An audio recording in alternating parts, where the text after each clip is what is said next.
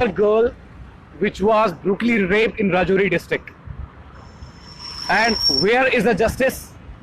And the banners are still on the hands, and the written explanation is being human, not wild. Please save the girl child. We want justice. हमारे साथ बात करने के लिए मौजूद है यहाँ पर। आपका नाम क्या है? मैं दानिश भारद्वाज। क्या लगता है आपको कि ये जस्टिस जो आपने लिखा है 2012 से लेकर 2020 तक मिल पाया है?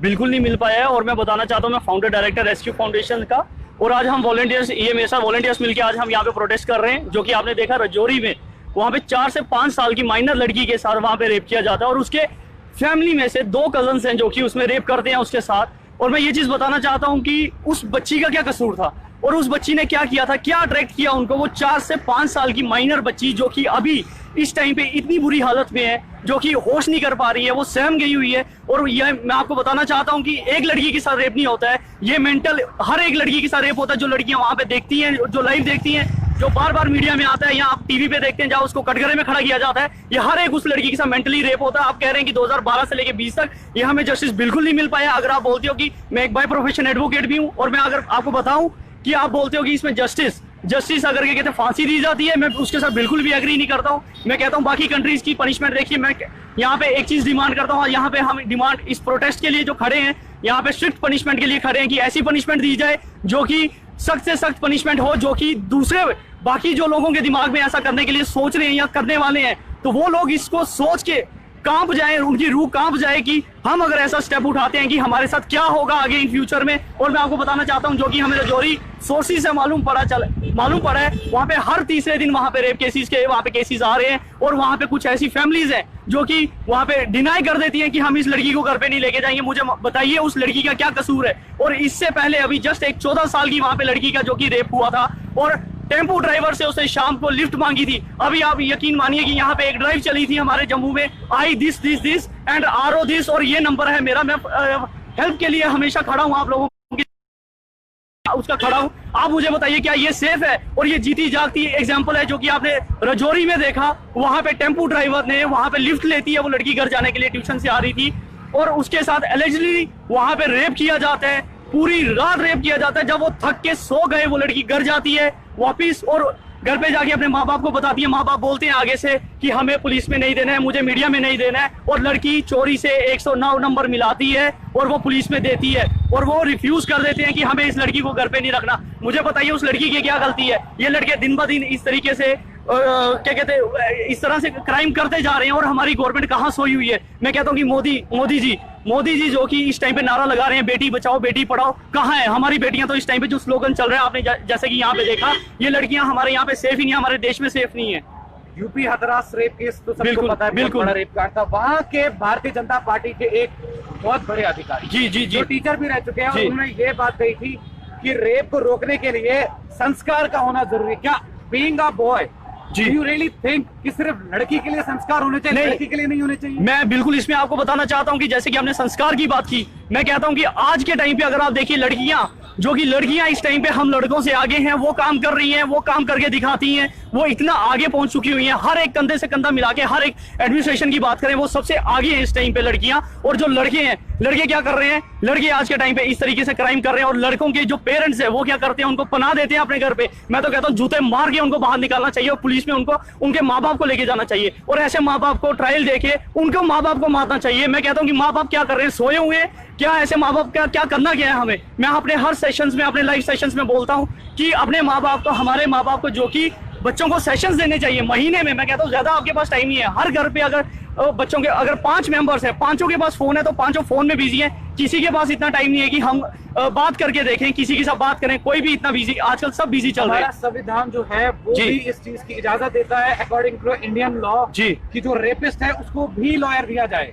जी बिल्कुल, मैं कहता हूं कि ठीक है देना चाहिए, लेकिन उसमें जो लॉयर क्या करता है, मैं खुद एक लॉयर हूं, लेकिन इस चीज में जो ट्रायल पीरियड है इसको कम करना चाहिए, और जितना शॉर्ट हो सके उसको रिड्यूस करो।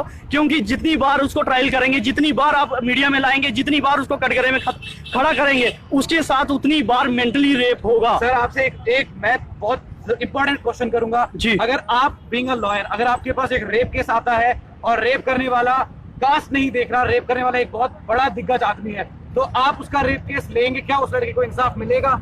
सर मैं आपको बताना चाहता हूं कि मैं बिल्कुल लूंगा, और वो लड़की का जो केस है मैं दिन रात लगा दूंगा। मैं कह रहा हूं कि जब से ये चीज सुनी है, मैंने हथरास वाली सुनी है, और जब मैंने रजौरी का सुना, और रजौरी का सुनने के बाद सर मैं आपको ये चीज बताना चाहता हूं, मुझे नींद नहीं आई, लेकिन मेरा खून जो था कि मतलब इतना बौखलाया हुआ था। और मैं यहाँ पे अपने ग्रुप मेंबर्स के साथ डिस्कस कर रहा हूँ कि वो लोग कहते हैं कि सर हमें प्रोटेस्ट करना चाहिए, लेकिन आपको मैं एक चीज और बताना चाहता हूँ, हमारी जम्मू की, मैं जम्मू से बिलोंग करता हूँ तो मैं जम्मू की बात करूंगा, क्योंकि मैंने जब अपने ये मीडिया में लाइव किया, और यहाँ पे लोग इस इशू के लिए, मैं कहता हूँ कि बढ़ चढ़ के इकट्ठा होना चाहिए, लेकिन यहाँ पे कोई भी इकट्ठा होने के लिए राजी नहीं है। ये लोग इस इशू के लिए बात ही नहीं करना चाहते हैं, सब अपने अपने मजे में बैठे हुए हैं। हर लॉयर, पूरे भारत का अगर हर लॉयर रेप का केस लेने से मना कर दे तो रेपिस्ट को सजा ऑटोमेटिकली मिल सकती है?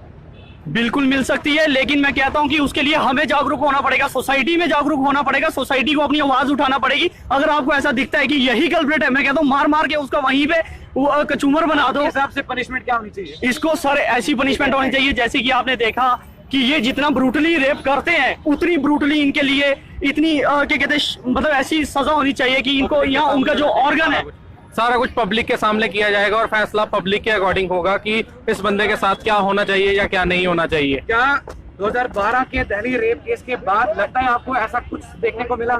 हमारी गवर्नमेंट हमें सपोर्ट नहीं करती है, और मुझे लगता है कि पूरी फैमिलीज को, पूरी पब्लिक को रोड पे निकल जाना चाहिए और एक ऐसा लॉ पास कराना चाहिए कि जिसमें क्विक एक्शंस हो, क्योंकि रेप केस को एक फर्स्ट प्रायोरिटी पे सॉल्व किया जाना चाहिए, और बिल्कुल मिनिमम शॉर्ट टर्म के नोटिस पे उसको सॉल्व किया जाना चाहिए कि ऐसे केसेस ना हो। और अगर जिसने रेप किया है, जो कल्प्रिट है, उसको पब्लिक के सामने ला दो, उसको चौराहे पे खड़ा करके फांसी दे दो। बस मैं ये रिक्वेस्ट करता हूँ। We want justice. We want justice. We are living in republic, not rape public. और 3-4-5 साल की बच्ची का क्या कसूर था, और उसके साथ इस तरीके का हादसा जो है सामने आया। उम्मीद यही रहेगी कि अब जागरूक होने का टाइम है। ये खुद शख्स जो हमसे बात कर रहा था, ये भी एक लड़का है, ये एक लॉयर भी है, और साथ में एक एनजीओ भी चलाते हैं, और इन्होंने साफ साफ कहा मैं हर उस लड़की का भाई हूँ जिस लड़की के साथ इस तरीके का सलूक होता है। और किस तरीके की घटनाएं हमारे भारत देश में हो रही है, हमारे जम्मू कश्मीर में हो रही है, और क्यों एक लड़की की आंखों में इस तरीके के आंसू आते हैं जिसमें उसकी रूह तक मर जाती है, उसकी जान तो चली ही जाती है, लेकिन अगर ठेस पहुंचती है तो उसकी अंतर आत्मा को ठेस पहुंचती है। और अब बहुत हो गया सड़कों पर नारेबाजी, बहुत हो गया वकील देना एक रेपिस्ट को। अब सरकार को चाहिए कि वो सामने आए और सीधे सीधे फैसला करे।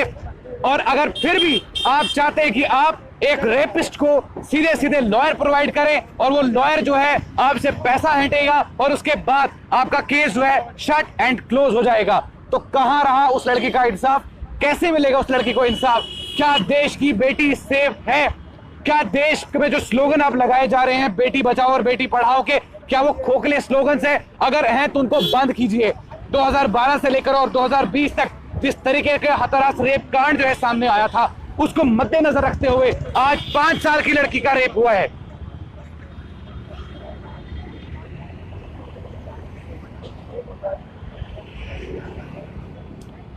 बहुत शर्म की बात है, बहुत शर्म की बात है। सरकार को जागना होना बहुत जरूरी है। और अगर एक लड़की, एक बहन है, एक बीवी है, एक मां है, तो हमारे भद्रवा, हमारे जम्मू कश्मीर में, हमारे भारत की संविधान में, हमारे जम्मू कश्मीर को छोड़कर पूरे मुल्कों की अगर हम बात की जाए तो औरत एक देवी है, औरत साक्षात एक भगवान का रूप है। औरत जो है वो घर को चलाती है, और सीधे सीधे कॉन्स्टिट्यूशन को चाहिए कि आप रेप का लॉ बदल दिया जाए। उस लड़की को इंसाफ मिलेगा या नहीं, या फिर कागजों के पन्नों में कोर्ट कचहरी के चक्कर लगाकर थक हार कर वो लड़की जो है अपना दम तोड़ देगी, और उसके बाद वही होगा, उन पन्नों पर धूल जमी रहेगी, और उस लड़की को कभी इंसाफ नहीं मिलेगा। और जो इस समय जिंदगी और मौत की लड़ाई लड़ रही है गवर्नमेंट मेडिकल कॉलेज रजौरी के अंदर, मुझे दीजिए इजाजत, और हमारे साथ जितने भी दर्शक जुड़े हैं उस लड़की के लिए दुआ कीजिए और आवाज उठाइए, ताकि ऐसे ऐसे हादसों को हम हमारे जम्मू कश्मीर पर के पूरे वर्ल्ड में, पूरे भारत में रोक सके। मुझे दीजिए इजाजत, आकिब आफ्ताब के साथ आप देखते रहिए बाहु एक्सप्रेस।